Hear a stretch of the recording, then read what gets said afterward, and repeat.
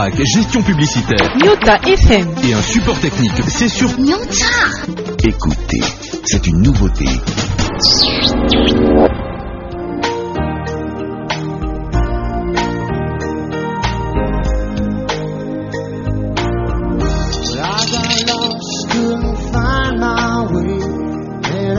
There's nothing more to say.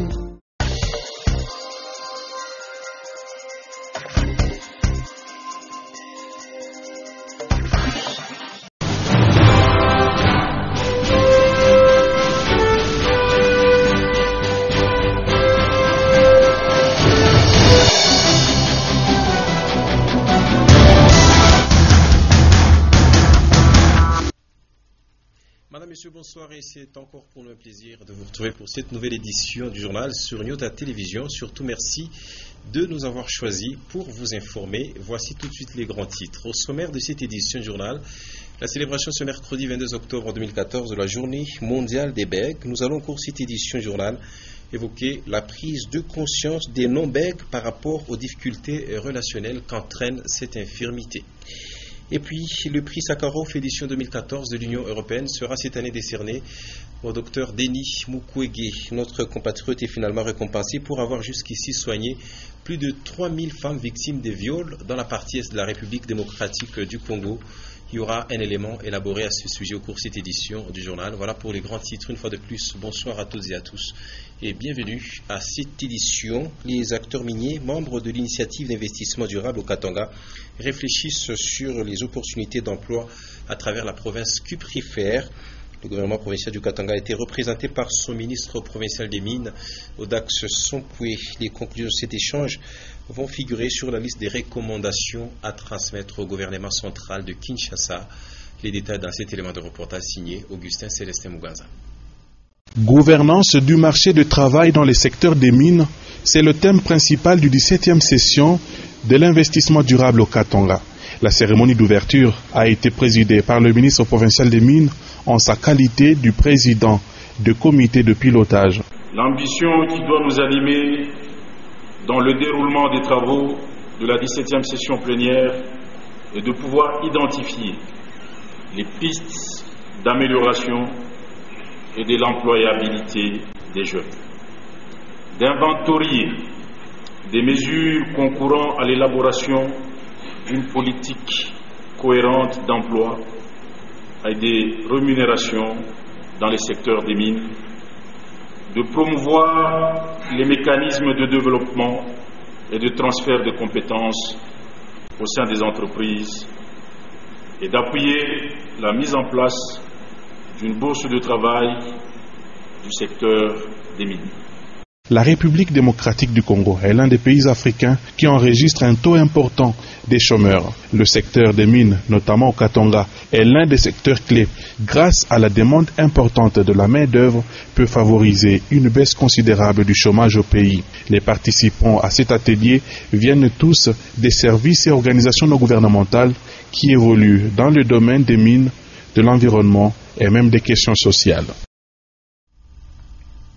Et on va rester sur le ministre provincial Audax Sompoué, cette fois-ci dans sa casquette de ministre de l'Environnement, pour dire que les cas d'insécurité occasionnés par des groupes armés incontrôlés seraient à la base de la destruction méchante des réserves forestières dans le territoire de Kilwa. À ce sujet, le gouvernement provincial du Katanga a déjà envisagé des stratégies pour mettre fin à cette pratique. Le message du gouverneur de province Moïse Katumbi Tchapo a été porté à la population de Kilwa par le ministre provincial de l'Environnement Audax Sompoué, qui revient de cette partie de la province du Katanga. Un autre reportage signé Célestin Muganza. Audax Sompoué, en qualité de ministre provincial de l'Environnement, est allé mettre fin à la pratique de coupe abusive du bois dans les réserves et forêts du territoire de Kilwa. Il a été donc question de rappeler aux différentes couches de la population de Kilwa, dont la société civile, la décision du gouvernement provincial du Katanga qui stipule que toute coupe du bois doit être sanctionnée par une autorisation d'exploitation du bois artisanal livrée par le gouverneur de province. Je voudrais également vous rappeler que l'exploitation artisanale du bois est uniquement réservée aux Congolais. Donc quand vous voyez un Indien, un Chinois ou un autre expatrié est en train de couper anarchiquement le bois, vous êtes tenu à informer l'autorité locale qui transmettra le message. Audax Sompoué a visité par la suite l'entrepôt du bois rouge du côté du lac Mouero. Le bois rouge est plus convoité à cause de sa qualité meilleure. En vue de toucher la réalité sur terrain, le ministre provincial de l'Environnement a pris le risque de fouler ses pieds entre Kilo et Dikoulouchi. Cette zone connaît une déforestation criante occasionnée par les forces négatives encore actives dans cette partie du Katanga. Et de retour ici à Lubumbashi, disons que les coordonnateurs de la brigade provinciale d'assainissement ainsi que les superviseurs ont pris part à la réunion d'évaluation de l'assainissement de la ville de Lubumbashi après la tombée des premières pluies sur la capitale cuprifère. Au cours de la rencontre, l'autorité urbaine de Lubumbashi, Jean-Oscar Sangouza Mutunda, a exhorté ses collaborateurs à doubler d'ardeur pour le maintien de la salubrité dans la ville de Lubumbashi. Maurice Mazel pour d'autres détails dans cet élément de reportage. Après les premières pluies qui sont tombées sur la ville, Jean-Oscar Sangouza Mutunda a présidé d'urgence la réunion d'évaluation des travaux d'assainissement abattus à Lubumbashi. Étaient conviés à cette rencontre les coordonnateurs de la brigade d'assainissement, les superviseurs, les inspecteurs de l'environnement et les responsables urbains de l'habitat et urbanisme. Ils ont par la suite déploré tous l'indifférence de la population louchoise relative à l'assainissement de leurs milieux respectifs et l'impunité par les services urbains de l'hygiène des récalcitrants. Le maire Jean-Oscar Sangouza Mutunda a recommandé aux superviseurs de veiller à la prestation des cantonniers et à la répartition du volume de travail de ces derniers. Quelques intervenants ont suggéré que l'on réfléchisse plus sur la spontanéité d'enlever les remblais d'immondices après le curage des canalisations par les cantonniers. Jean-Oscar Sangouza Mutunda a exhorté tout le monde au travail bien assidu pour arriver à bout des inondations à Lubumbashi. À la fin, l'autorité urbaine Jean-Oscar Sangouza Mutunda a annoncé que la mairie de Lubumbashi ambitionne instaurer la taxe sur immondices pour résoudre tant soit peu l'épineux problème de la gestion des immondices à Lubumbashi. Mais toujours et dans un tout autre chapitre, disons que l'autorité urbaine Jean-Oscar Sangouza Mutunda a instruit le bourgmestre de la commune de Lubumbashi d'aller sensibiliser les tenanciers des terrasses et bars qui spolient la servitude de regagner leurs parcelles. Jean-Oscar Sangouza Mutunda a déploré le tapage nocturne et diurne causé par la recrudescence des boîtes de nuit dans la commune de Lubumbashi. Il l'a fait au cours de la restitution du Conseil provincial de sécurité qui a eu lieu le mardi 21 octobre dernier. Une fois de plus, Maurice Mazel pour les détails. L'hôtel de ville de Lubumbashi a servi de cadre à la restitution par le maire Jean-Oscar Sangouza Mutunda des décisions prises au Conseil provincial de sécurité du mardi 21 octobre 2014. Jean-Oscar Sangouza Mutunda, parlant de la sécurité qui prévaut dans le chef-lieu de la province du Katanga, a déploré la recrudescence des marchés pirates, de la publicité sonorisée devant les magasins et surtout la prolifération des terrasses et bars dans le quartier résidentiel de Lubumbashi. Sur le champ, au terme de la restitution, l'autorité urbaine Jean-Oscar Sangouza Mutunda a instruit le bourgmestre Gustave Ngoy Kiakamwanga de sensibiliser les 7 chefs de quartier et leurs adjoints avant d'effectuer vite une descente sur le terrain pour persuader les tenanciers des terrasses et bars qui sont sur la servitude de l'État de regagner au plus vite l'enceinte de leurs parcelles respectives au lieu d'encombrer chaque soir la voie publique. En effet, une fois en tournée d'inspection avec les cadres des bases et la police nationale congolaise, le bourgmestre de la commune de Lubumbashi s'est rendu compte que les terrasses et bars sont presque sur toutes les avenues. L'avenue Square Arthur Forest s'illustre plus à proximité du consulat du Royaume de Belgique et non loin du siège de l'Assemblée provinciale du Katanga. Et je le disais également en titre, ce 22 octobre 2014 est dédié est célébrée la journée des bègues, et c'est une occasion d'une prise de conscience par les non-bègues des difficultés relationnelles qu'entraîne cette infirmité. Et selon les psychologues, plus le dépistage est effectué tôt, dès 2 à 3 ans, moins le traitement sera long. Un reportage de Mamiele Kalilou. En vue d'intégrer les personnes bègues dans la société, l'ONU a institué la journée du 22 octobre pour sensibiliser les non-bégayants à les accepter avec ce défaut. Selon les professionnels de santé, aucun traitement spécifique n'est connu pour les bégaiements ni les causes de ce trouble du langage. Et même l'aspect héréditaire ne peut être défini car n'ayant pas les gènes démontrant cela. Certains bègues disent trouver la guérison par le fait de chanter. La solution la plus simple pour éviter d'abord de buter sur les mots, c'est de parler posément. Moi, si aujourd'hui je peux me présenter devant vous, c'est la musique, le chant. Le chant m'a beaucoup aidé. D'autres dissimulent le bégaiement par un langage rapide. Déjà, c'est quelque chose qui n'est pas facile, parce que déjà à l'école primaire, tout le monde se moquait de moi et autres. Mais avec le temps, j'ai appris à parler rapidement pour que ça ne se fasse pas entendre. Il est possible de contrôler le bégaiement ou de le guérir par de traitements psychologiques. L'on peut aussi aider un bègue à mieux s'exprimer en lui demandant d'aspirer plus le souffle. Ces enfants-là, d'abord, ils devront les considérer comme tous les autres enfants. Il ne faudrait pas qu'ils sentent que nous mettons qu'il y a une différence entre eux et ceux qui bégayent pas. Il faut d'abord les accepter. L'incompréhension des parents, leur pression, ainsi que les moqueries des camarades peuvent préjudicier le développement de l'enfant qui bégaye. Et je lisais également en titre, enfin, notre compatriote, le docteur Denis Mukwege a été plébiscité prix Sakharov des droits de l'homme par le Parlement de l'Union européenne. Ce gynécologue qui a soigné plus de 3000 femmes victimes de viols dans les 2 Kivu a été parmi les nominés du prix Nobel de la paix. C'était il y a quelques jours. Et ces actes de générosité, de bravoure et de courage ont été reconnus par l'Union européenne et il recevra officiellement ce prix le 26 novembre prochain. C'est ce que nous dit Edouard Kankou dans cet élément de reportage. Il y a quelques jours, le docteur Denis Mukwege avait été parmi les nominés du prix Nobel de la paix. Ses efforts viennent d'être récompensés par le Parlement européen avec le prix Sakharov des droits de l'homme. Le gynécologue s'est investi dans la réparation des femmes victimes de viols dans la partie est de la République démocratique du Congo. Ce sont des femmes en fait qui, après avoir été violées, elles sont blessées par des armes blanches au niveau des organes génitaux ou par des objets contondants et même par des armes à feu. Reconnu pour son courage, sa liberté d'expression et son franc-parler, le docteur Denis Mukwege avait échappé à un assassinat et était contraint de vivre en exil. Les femmes du Sud Kivu avaient organisé une marche de colère pour réclamer son retour à Bukavu. Il faut absolument que les hommes et les femmes s'unissent contre les viols, tous debout pour dire non.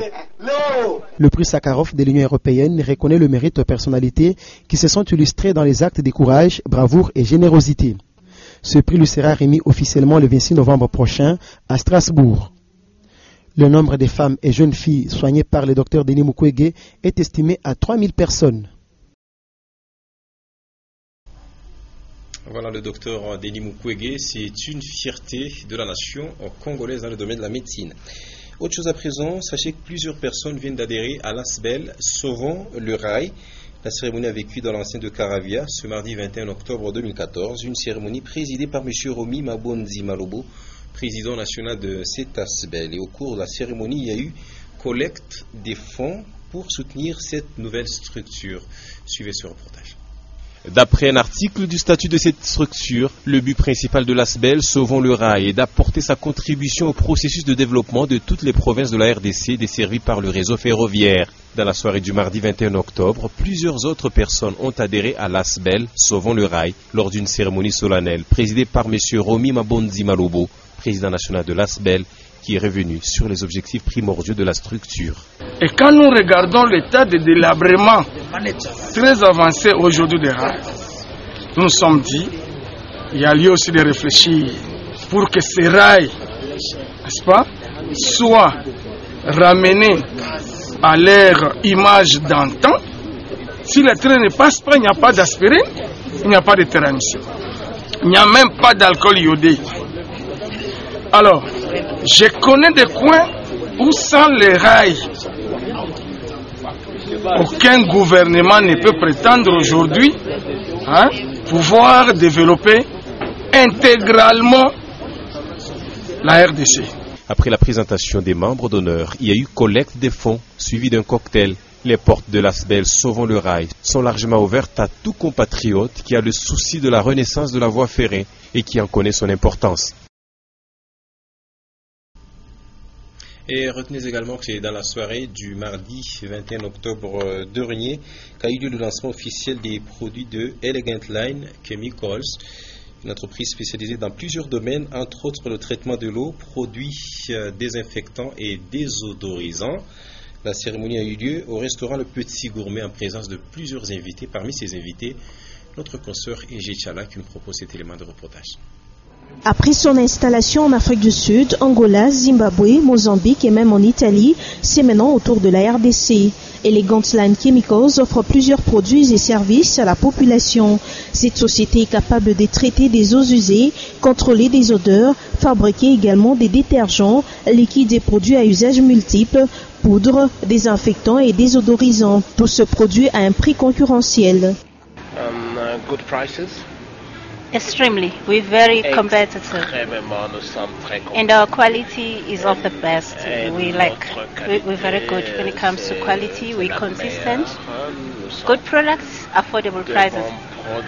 Vous savez, il y a beaucoup de gens qui ne connaissent pas les produits élégants, soit les produits de nettoyage. Ils utilisent des savons en bloc, ils n'utilisent pas beaucoup de produits de nettoyage des toilettes, soit des industries. Mais avec ça, ça ne sera pas une histoire luxueuse, donc tout le monde peut toutefois en procurer. Le consul général d'Afrique du Sud, qui a pris part à cette manifestation, a laissé savoir que les problèmes des visas ne se posera pas pour tous ceux qui voudront devenir partenaires des Elegant Line Chemicals. Pour l'instant, il y a 3 points de vente pour les produits Elegant Line Chemicals au numéro 58 de l'avenue Mwepo, 1862 à l'Ilac Sainte-Eve et 2003 boulevard Msiri, bâtiment Manoa. Et à nouvelle, sachez que le ministre provincial des Finances, Christian Mandossi Makaboulo, s'est entretenu ce mercredi 22 octobre 2014 avec une poignée de chefs coutumiers de la province du Katanga. Au cœur de leur échange, le budget participatif et les taxes qui doivent revenir aux villages et secteurs de la province du Katanga. L'élément est en cours d'élaboration et vous l'aurez prochainement dans nos différentes éditions à suivre. À présent, on va parler sport. Et sachez que 2 victoires d'1-0 ont ponctué la suite de la 7e journée à l'entente urbaine de football de Lubumbashi. Premièrement, RCGM, entendez Racing Club Génération Montante, a battu Nguena par le score d'1-0 et Mikishi a eu raison de Saint-Pierre. Le score est resté le même, 1-0 également. Résumé de toutes ces rencontres avec Mireille Moiti.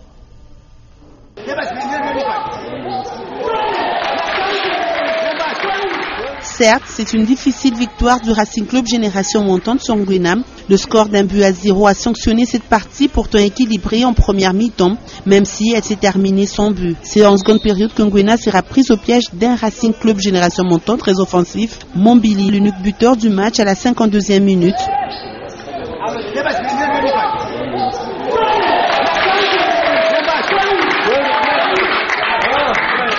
Les Caïmans chercheront la réponse sans succès. 1-0, les Poulains de Fanfan et Poma l'emportent et empochent 3 points. Dans l'autre face-à-face, Mikishi a croisé Nguena sur une erreur défensive en pleine surface de réparation. Mikishi obtient un penalty qui sera transformé par Kassongo à la 23e minute. 1-0 sera le score jusqu'à la fin de la partie.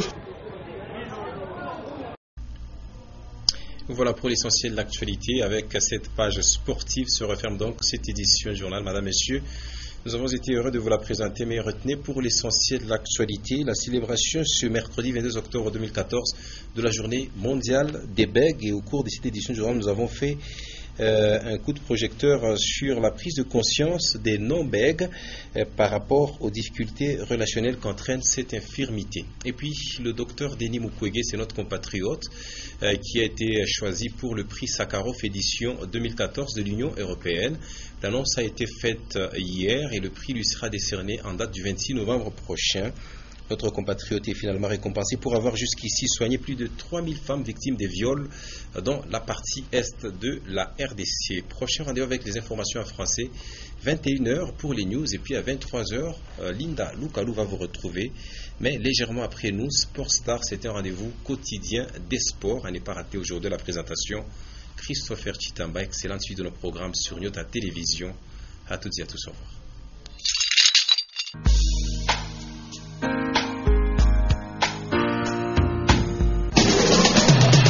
Programmation musicale, voice track, gestion publicitaire. Nyota FM. Et un support technique, c'est sur Nyota. Écoutez, c'est une nouveauté.